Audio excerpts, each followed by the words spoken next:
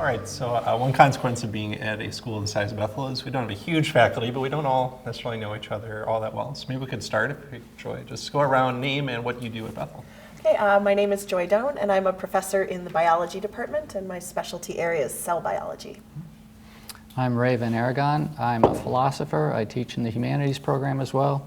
Probably the subject I teach most often is philosophy of religion. Okay, I'm Chris Gertz. I teach in the history program and teach everything from European history to military diplomatic history. I'm Anne Marie Koistra, and I'm also in the history department. I teach American history primarily, but I also am in the humanities program. And my specialty is gender and sexuality around the turn of the 20th century. I'm David Clark. I'm currently the dean at Bethel Seminary, but my academic area is theology and philosophy of religion. So that's what I've taught over the years and still get to teach occasionally today.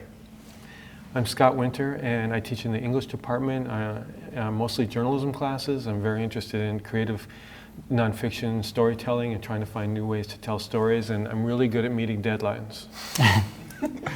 So as Bethel employees, you all no doubt know our 7 core values by heart, one of which is that we are truth seekers. And so to get things started, I just wonder if we could talk about where we've really seen truth seeking in our classroom, in our lab, relationship with colleagues, scholarship and research. What's a moment maybe from the past academic year where you've really felt like, yeah, Bethel is doing that value, it's really seeking truth?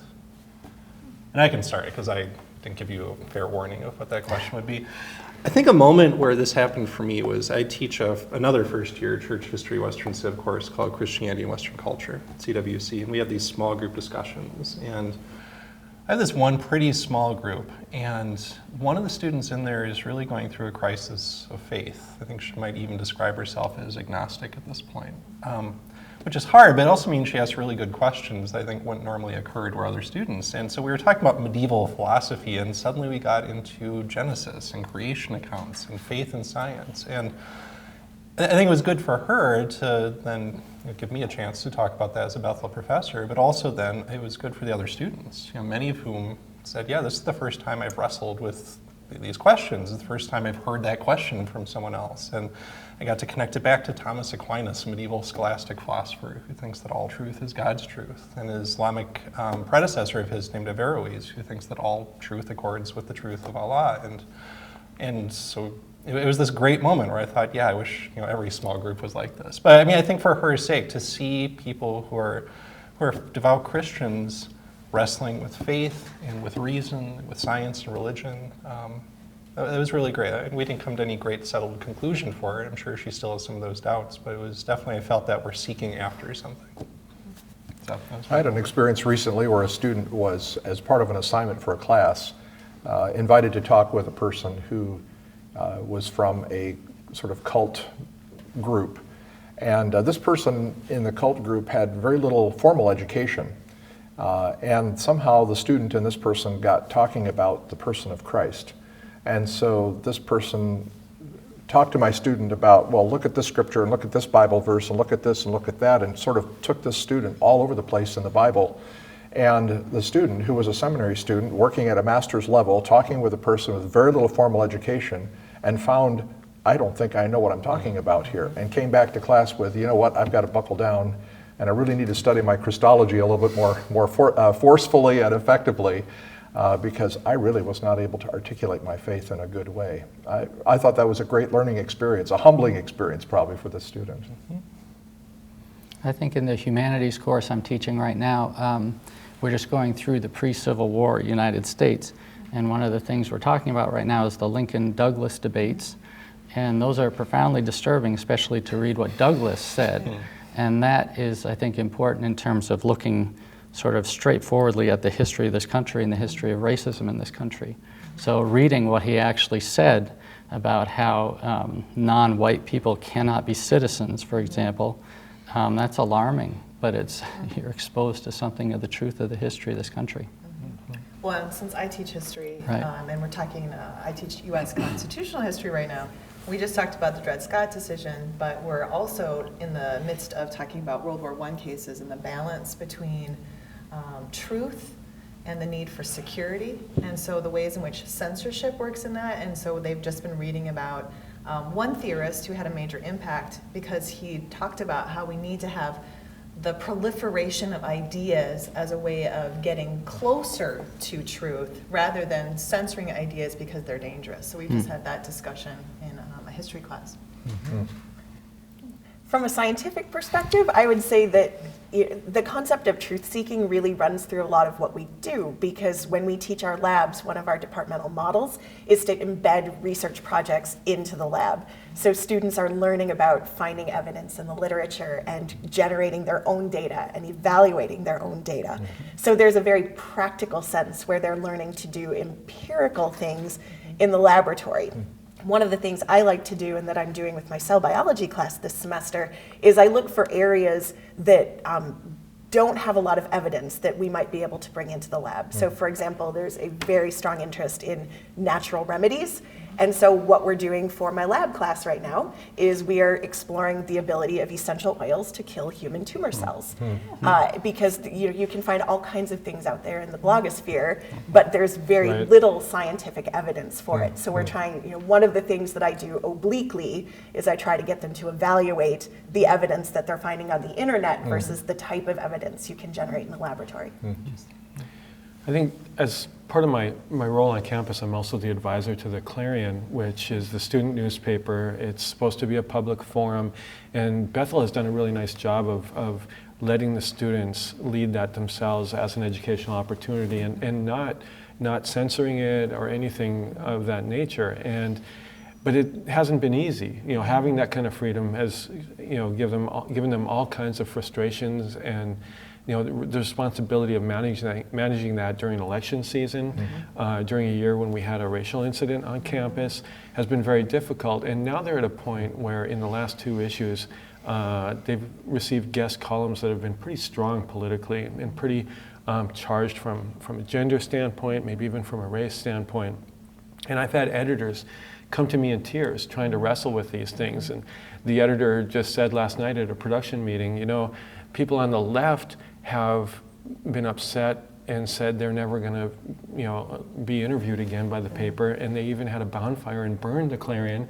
And people on the right have said we've been a liberal rag all year. And I'm really frustrated, and I just kind of said to her, well, maybe you're doing something right. You have to think of it that way too. As long as you feel like you're journalistically trying to seek truth, like Luke says in his first 4 verses of his gospel, that he's basically an investigative reporter telling the greatest story ever told. And if you feel like you're doing that journalistically and you're doing it with the Society of Professional Journalists ethical code, you're probably going to be in a good place. She wasn't in a good place last night, but hopefully she'll be in a good place this morning. She'll get there. Historians like to claim Luke 1:1-4 as well. Really? Going gathering evidence. Right? Yeah, sure. So we try to seek truth, but we do it in a particular historical, cultural, political moment. And so one interesting thing about our times is that last December, I think, the Oxford Dictionaries, that was named a word of the year, right? And I'm not sure this really is a word, but post-truth was the word they named, and I think they defined it as an era, a time, a society in which truth is deemed irrelevant. And so, if that's true, and maybe you don't think that's true, but if that's true, we are seeking truth in a post-truth era or society. And so I thought we'd then talk about the challenges that presents, how you talk about that with students. And Scott, I think I'll start with you, because we rarely hear post-truth without it being followed by another phrase, i.e. fake news. So how do you talk about journalism with your students in a post-truth, fake news, alternative facts kind of? How much time do we have? Like a minute or so. Yeah, it's very difficult, and difficult for many reasons. I mean, when you have sources that you don't trust to tell you truth, and that you have to verify all that truth, that's difficult, number one. Number two, when students are seeing 24-hour news on TV, and I don't care if it's MSNBC, CNN, Fox News, what they're seeing mostly is very little journalism. They're not seeing much reporting, much fact gathering. They're just seeing 7 to 30 seconds of reportage followed by the rest of the hour of opinion professionals, analysts, saying what they think about these 7 seconds worth of facts. And that's where we get people who wear their own jerseys. I mean, think of it as the Vikings and the Packers. If you look at one referee blowing the whistle and everybody in a green jersey thinks, oh, that was a great call, and everybody in the purple jerseys at home think that's a horrible call. What is truth then, right, based on the jerseys that we wear? And I think a lot of our students came from families that wore very, very specific, either red or maybe some blue jerseys, and it's hard for them to even see truth now. So that's probably a convoluted answer, but I think it's easier and easier for sources to say, oh, that's fake news, and get away with it because of the economics of journalism and just the idea that there isn't as much reportage out there. Even though the internet's been democratized, and anybody can be a journalist right now, but that means that anybody can be a journalist without following a code of ethics of any kind. Sure. And that's scary. I mean, I think the democratization of the internet, another place that might show up is in the sciences, right? If you have thoughts about the nature of what's happening to the climate or medicine, of cures for things, you just go to the internet and we all can be experts. So Joy is a biologist. I mean, I think one particular problem you probably face is scientists might feel like there's a settled consensus on something, and yet there's a strong minority of the public that dissents from that, right, or denies it, or is skeptical about that. How do you talk with your students about science denialism, science skepticism, the search for truth in the midst of all of that? Sure. The thing that I talk with my students about the most is how to find good information as a scientist. I try to teach them how to evaluate their source material, which generally in the sciences I think might be somewhat easier than if you're trying to do some reporting and go out and take interviews, because it's really easy for me to figure out if I'm looking at something that's peer evaluated. And I always know where the investigators were that did the study, so I can check out whether that program was reputable. I can go back through the archives and find other papers that they've written. But once you get into individual papers, it's kind of challenging, right? And when you're working with undergraduates, one of the challenges is that it's sometimes hard to get them to the point where they're really reading and digesting those original research reports. And so if the further back you step, if it's okay, I'm gonna use an illustration from when I was in graduate school. So when I was in graduate school, there was a paper published where some investigators had done some interesting things genetically with a virus, and in a culture dish, it killed cancer cells, which was fantastic. And then I looked at that paper, which was exciting, but was nowhere near anything that could ever be used on a mouse, let alone a human. But if you read what got reported in USA Today and the New York Times and the other popular press, it sounded like cancer was going to be cured in 8 to 10 years based on this discovery, and no one's heard about that since. So, thinking about how the information that shows up in the literature gets filtered up to what we see in the media is something that we talk about pretty frequently. Yeah, I mean, it strikes me that one thing that we probably is inconvenient about truth-seeking is it requires patience, right? You have to live with failure, you have to let, there are processes that need to be followed, whether you're a journalist or a scientist, and we're in a very immediate, urgent kind of society where we want answers very quickly, very conveniently. At the same time, I want to turn to our philosophers and theologians on the panel here and ask how much of this is new? We think of post-truth, in light of the 2016 election, of the nature of media and the internet right now, but in some respect, are these very old questions? Have we seen these at other times? We're actually recording this in the middle of Holy Week, and so I think of the Gospel of John's account of the Passion, where Jesus is being interrogated by Pilate, and Jesus says, "I've come to testify to the truth," and Pilate kind of snarkily says, "Well, what is truth?" Right? So, in what sense is post-truth maybe not a new thing, or what are some other versions of this that we've seen before? Well, let me start with some biblical reflections on that, and Ray, you can jump in on that from a philosophical perspective. I was thinking about the fact that you go all the way back to the garden, and you have the serpent speaking to Adam and Eve and saying, however that played out, that God didn't tell the truth here. And so there's a claim right at the very beginning of the biblical narrative that truth is being called into question. And you go out through the Old Testament and you find places where people who were in spots of religious authority, like priests, and who were making claims about this is what God is saying, or this is what God wants us to do. And yet the true prophets that are in the Bible would point out to them, you're just speaking to power. You're just trying to support some kind of political perspective here. And you are a false prophet. So this whole idea throughout the Old Testament that there could be false prophets running alongside the true prophets raises the question of, okay, which one of these guys is speaking the truth, and how do I know that? So those are important questions, I think, really from the beginning. And you get into the New Testament and the book of Acts right after the resurrection of Jesus. So here we are in the Easter season. And what happens is that Paul and the others who are reflected in the book of Acts tell the story of the resurrection. Peter preaches about the resurrection. And what he does is appeals to common experience, that this happened. One of the most exciting of these stories is Paul before Agrippa and Festus, 2 Roman officials, and he actually says to them, look, this didn't happen in a corner, this happened in the public, and if Scott had been alive at that time, you would have sent your journalism students out there to report it, because this is a reportable, observable, historical event. And so there's that kind of fact gathering and interest in what really happened, and a sorting of who's really speaking truth and who's just trying to gain a political advantage. I mean, all that's in the narrative of the Bible, which I think is really fascinating and very relevant to our contemporary situation. Absolutely. Ray, one of the things I know you teach is epistemology, which is the field within philosophy that deals with truth and knowledge. How do you talk about this with students in a class like that, or intro-level classes? Well, I think in philosophy, one of the unique things about philosophy, and this isn't necessarily a good thing, is we talk about subjects where there's a lot of disagreement and where it's difficult to determine the truth. And to some extent, once the truth is determined, it's not philosophy anymore, right? It becomes science or psychology or something like that. And I think one of the good things about philosophy is that we recognize that we disagree about a lot of issues, but we also look at what the good arguments for and against those viewpoints might be. So there's both the pursuit of truth, the recognition of what can be said for your view, what can be said against it, and there's also, I think, underneath it all, the recognition that we have to be decent to each other and respectful of each other's views, even if we happen to disagree. I mean, philosophy, questions about what's right and wrong, questions about the nature of reality, about how we know, those are difficult questions.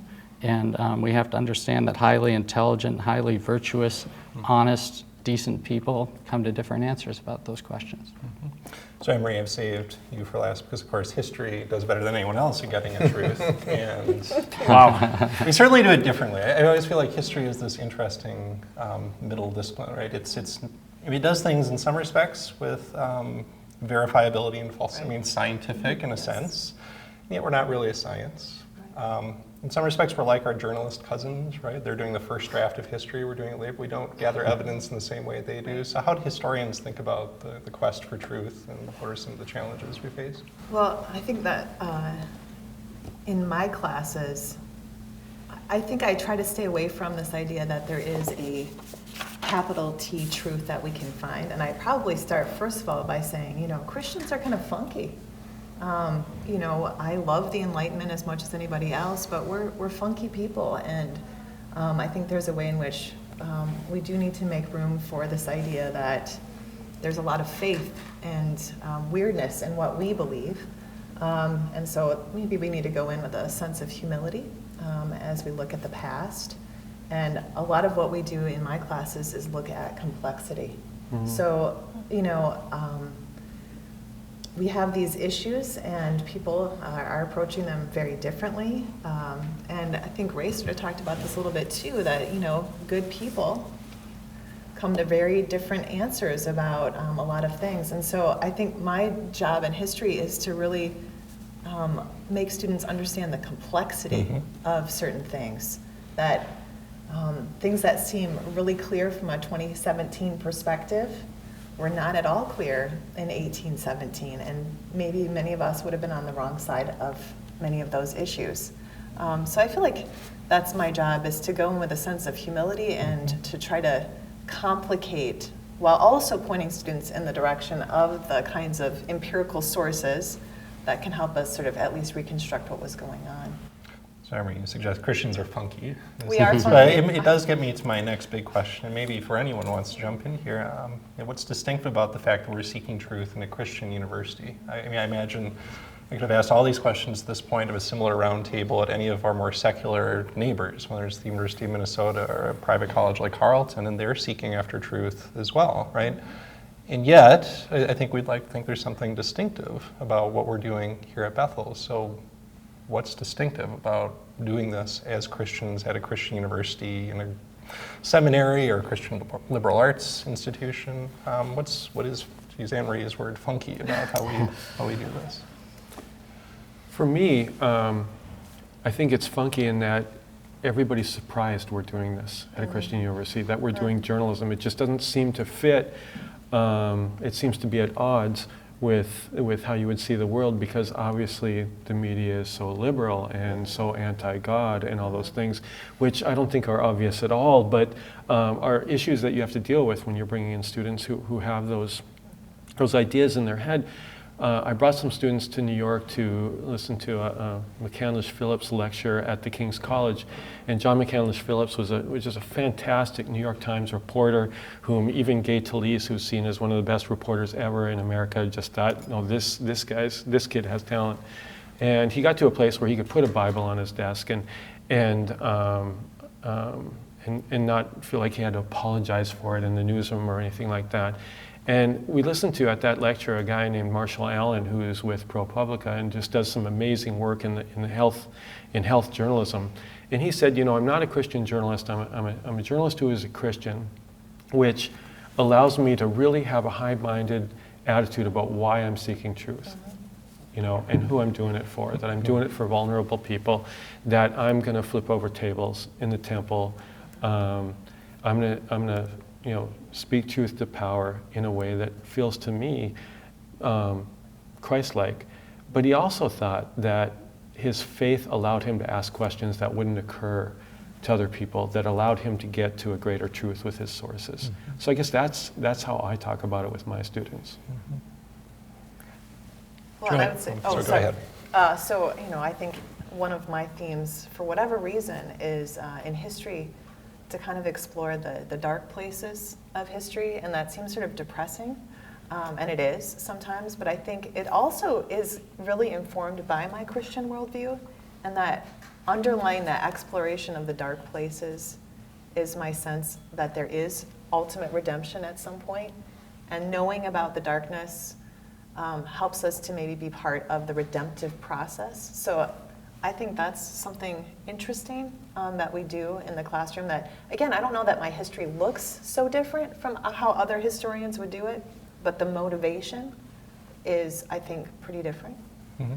Yeah, I'd like to go back to a couple of things Scott said. You know, you said you're not a Christian journalist, you're a journalist who is a Christian. And we have to be very careful to leave the right pause in here, but I would say the same thing. I am not a Christian scientist, but I am a scientist who is a Christian. And I think at its best, science can very much be used to benefit those who are vulnerable and those who are oppressed. If you look at the types of choices we make about the things that we study, you can choose to study things that are going to benefit those that are on the margins of society. And we don't have to look very far back into history to find examples of that.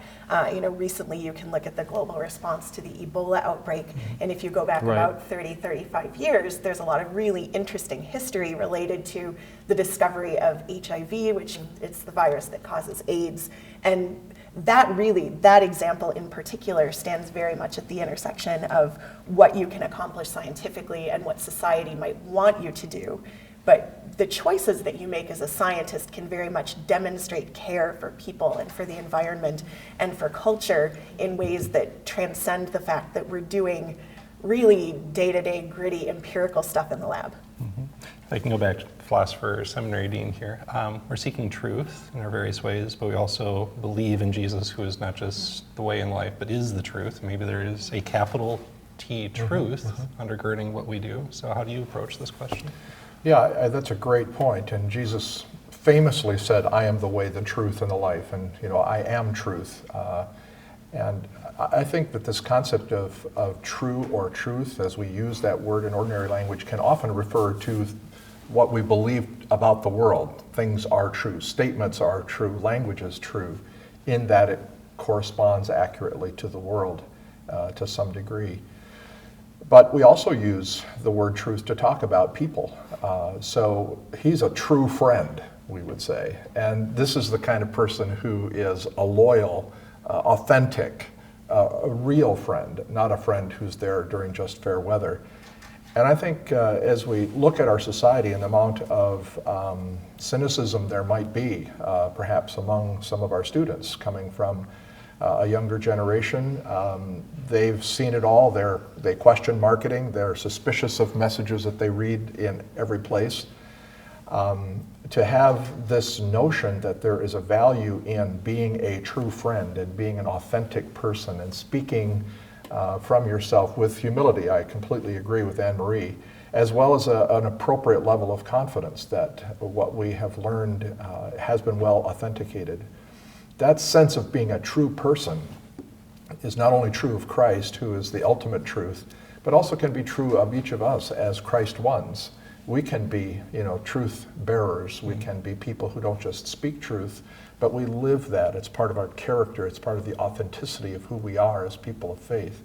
And I think that is something that all of us bring to our research and to our work and to our teaching in everything we do. So the word truth doesn't refer just to statements about the world, but also I think it very helpfully refers to persons and even to us as Christians. Mm-hmm.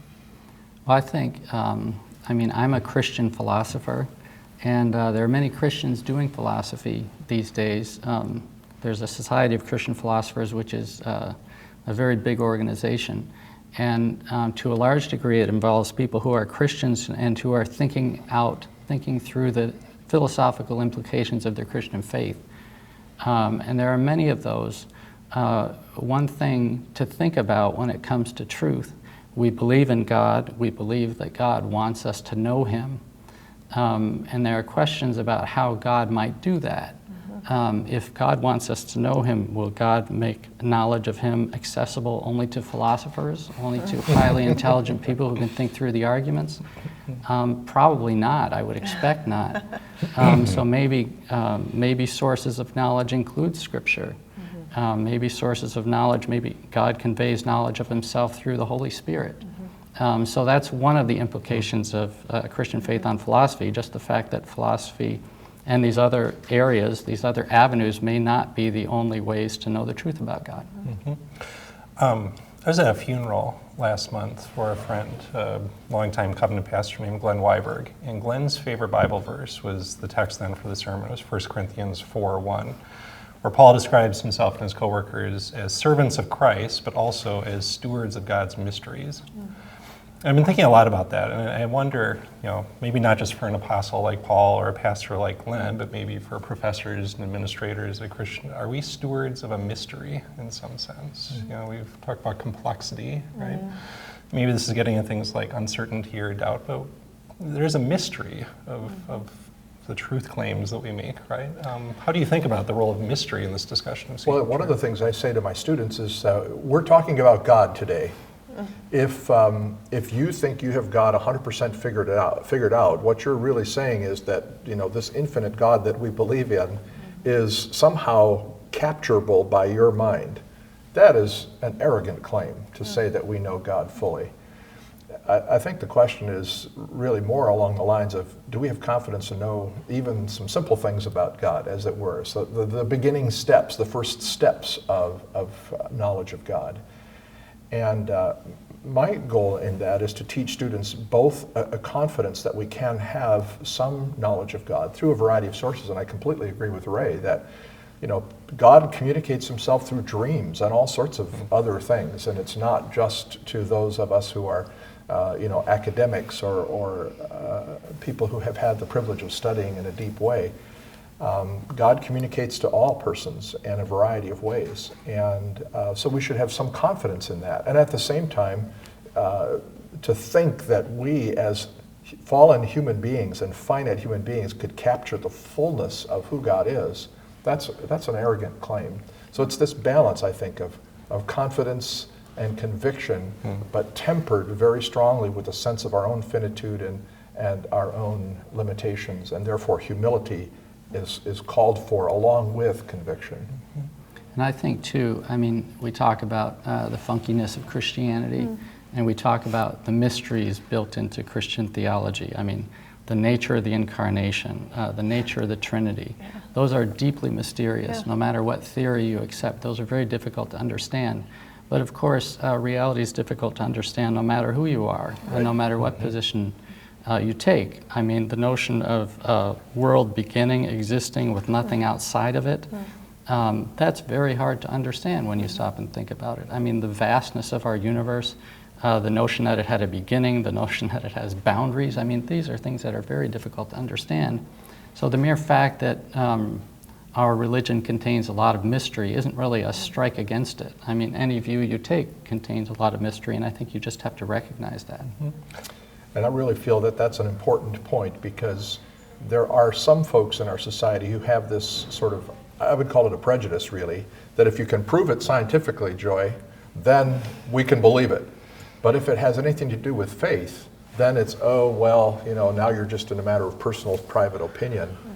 And what I hope our students gain is this sense that we shouldn't be bifurcating the world into zones where we have good reason and good understanding and have some knowledge, and then you put faith over here in this other zone, and that's just a matter of private, personal opinion.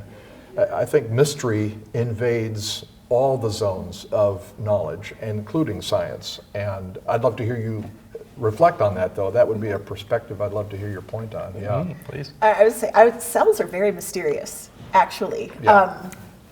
They're almost Lewis Thomas, who wrote ages ago, but a number of his columns have been collected into books. But one of my favorite books of his is called The Lives of a Cell. And in the very opening chapter of that book, he writes an essay in which he talks about thinking about the whole planet. And he says, you know, I was driving through the woods and I had this moment where I realized that the Earth, I was trying to think of the Earth as like this system with all these different pieces and parts, and really it came to me that the whole Earth is the most like a single cell. And honestly, I think that that's the visual that I have for a cell. You know, we see all these little diagrams that look like little circles with a few things in them, but really they're these incredibly complex little entities that in a lot of ways I think model many of the attributes of God. I mean, if you look at the way a cell works in terms of its balance between efficiency and accuracy, without kind of going full-on cell biologist on all of you today, there's a lot of evidence for characteristics like redemption and reconciliation and grace that happen within the context of a cell. And I do have a little bit of a tendency to anthropomorphize my subjects. But looking at the way that cells are put together, I think is very reflective of their creator. And I think that one of my privileges is to help students see that mystery, in addition to seeing how they might be successful on the MCAT and getting into medical school. And all these pieces are mysterious, but you know, I think if God is a mystery, and if we're made in His image, and we are all mysteries, and from a journalistic perspective, that's where the big stories lie. My wife is a journalist, and she always likes to think of herself as someone who steps over dimes to grab dollars when it comes to story ideas. And those dollar story ideas often have much mystery to them, which I think is, you know, the kind of, there's some contradiction there with my wife, because she also thinks that movies are better if they're based on a true story. That if they're true, they're obviously a better story. And then I have to put my English professor hat on and say, no, we can get to a deeper truth through fiction. But I tell my students that if you're grappling with tough questions when you're doing a profile on a person, when you're grappling with tough questions when you're doing a trend story, then you're probably onto something. You're onto some mystery, you know, of the kingdom that's going to make for a great story. I think it's got to be true of history too. My graduate advisor once said the problem with doing history is that human beings are molecules with minds of their own, and there's something about the mystery of human behavior that we're always wrestling with, right? Well, and I think there's a practical translation too for students who are undergraduates and trying to find their place in the world. If they're a little bit more open to experiencing mystery and allowing for mystery to be just as much a part of their life as this rational pursuit of truth. I think that puts them in a better position in terms of, challenges and hardships that they might encounter as they're trying to figure out who they are and what their place is in the world, and to also see that people have struggled with this for centuries and millennia. Well, that's a nice pivot then to a bigger question I wanted to ask, because we are not simply in the business of seeking truth, but of transformative education, whole and holy persons, right? And so to come back to what David, I think, introduced, that we use true to describe a type of person, and it connotes other characteristics, or Ray, you might think of virtues, I think. And so you knew that I'd bring pietism into this at some point. So my own research is about pietism, this Christian tradition that has shaped Bethel and some other colleges and denominations. And my favorite research subject is Bethel's longtime president, Carl Lundquist, who was president from 1954 to 82. In 1963, he wrote this. I just wonder if this makes sense to you. It is not enough to know the truth is, it must be manifested in its seeker. Truth can never remain an abstract intellectual proposition, but must become a personal spiritual incarnation of Ray's mysteries. It's at this point that a characteristic such as truthfulness is wedded to the pursuit of truth, and that a school's emphasis upon the spiritual contributes to its emphasis upon the intellectual. As pietists, I think we believe that faith can't just be this abstract intellectual idea, it needs to be lived out. Faith made active in love is Paul's formula in Galatians. And so it's not enough to seek truth, we have to become truthful in some sense. So how do you agree, and do you see this, in your classes, in your relationships, in your mentoring of students? Do you see this search for truth helping them become more truthful or having other practical consequences? I think this comes up a lot in history, because I think when you look at people acting in congruence with the sort of larger trends, it encourages students to think about how can we be countercultural? And is countercultural necessarily Christian? When isn't? When is it? When isn't it? And how the difficulty of stepping outside of your world to realize who you are and how you fit in that larger world, and where you need to be more critical, where you maybe need to conform, because that's very difficult. So I think there's a way in which I really do try to encourage students to think about, okay, in which ways maybe is it better for you to be out of step and be okay with being funky, to keep using my word, and realize that that might be a better approach to something that looks capital T truthful rather than what's truthful for the larger world. I think in our department we have all these objectives we have to do, and so we talk about knowledge. We want to have broad knowledge of human history. We talk about the skills you'll cultivate, right? As good communicators and critical thinkers.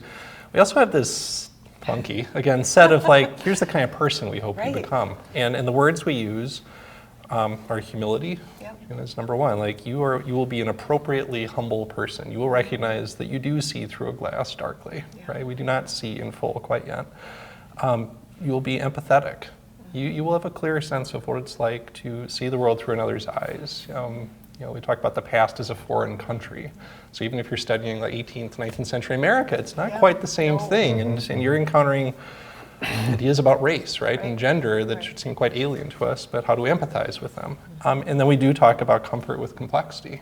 That even if we do believe in a capital T truth, we're moving into a world that shades of gray. And how do we function in that world? And so that's where I see us trying to cultivate that authenticity, that truthfulness, and translate this search for truth into the lived behavior of people who are going to go out as salt and light in the world. Yeah, that's kind of my wish, that we who are journalists who are Christians, or writers who are Christians, scholars who are Christians, that we understand that complexity, and that mystery, so that, just getting back to my discipline, when you go to the Society of Professional Journalists Code of Ethics, the first code is seek truth and report it, which sounds as biblical as it gets. The second one is minimizing harm. Okay, so the complexity comes in when you're not sure, when those two values hammer into each other, right? If we're gonna talk about safe spaces on campus, and some people get upset by that, and we talk about how, well, you just have to talk about tough issues, and you have to buck up, bucko, and people get hurt by that and come crying to an editor. Which one is more important, to report that truth or to minimize harm by maybe not covering that story? And trying to figure that out and having a foundation with which to figure that out.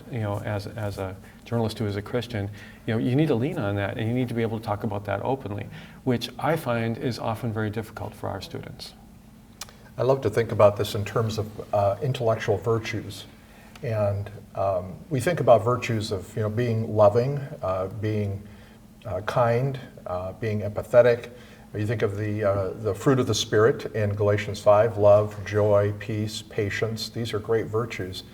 But I do think that there are intellectual virtues as well. And so the idea that you would actually love the truth and have an affection for the truth, that you'd want it, that you'd be willing to discipline yourself in the truth-seeking process so that the facts that go against your favorite theory are taken full account of. You're willing to allow your favorite perspective to be subjected to the reality of good research, and to be willing to adjust your thinking along the line of what you learn. So appreciation for facts, willingness to listen to another person offer a perspective that's different than your own, a kind of intellectual patience. So these are virtues, and virtues are qualities of excellence that characterize our spirit. And they're not just thoughts, they're actually sort of habits of thought. And these things happen sort of automatically as we work with our students, and so they're rightly appropriate goals for education. And even if we don't teach everything that a student needs to know in terms of the specific data of a subject, teaching them how to know that and how to appreciate the truth and how to be willing to give energy to seeking what is true, these habits of life will work in contexts that we can't even imagine. Our students will still be thinking about truth 30 years from now when we're doing something else with our lives other than teaching. And we want those habits to go with them all the way through that time, even though we don't even know what the questions will be in that era, right? So that, I think, is a helpful way for me to think about this topic. What are the virtues we want our students to pick up? And I probably need to model those as much as tell them. Yeah, I like what you say about cultivating these habits to generate virtue, and teaching students to maybe be willing to adjust their thinking. The progression in the sciences might be slightly different, where you begin often by doing experiments that work, where there's a right answer and where a student comes to you and can say, did this work? And you can say yes or no. And that you might see in, say, high school or a 100 level class. But then as you progress, they start generating novel data sets. And so I have students in cell biology coming to me and saying, did my experiment work? And I'll say, well, what do the data say? But it didn't work. And I said, well, you just have to read the evidence that's in front of you, and yeah, we do controls and things to demonstrate whether or not things worked. But you get to this point where there's a little bit of ambiguity, and then they have to kind of take control of the process. But then the final step in that is, I think, the most challenging, because I think we feel very driven to base our courses on content, because there's so much important content.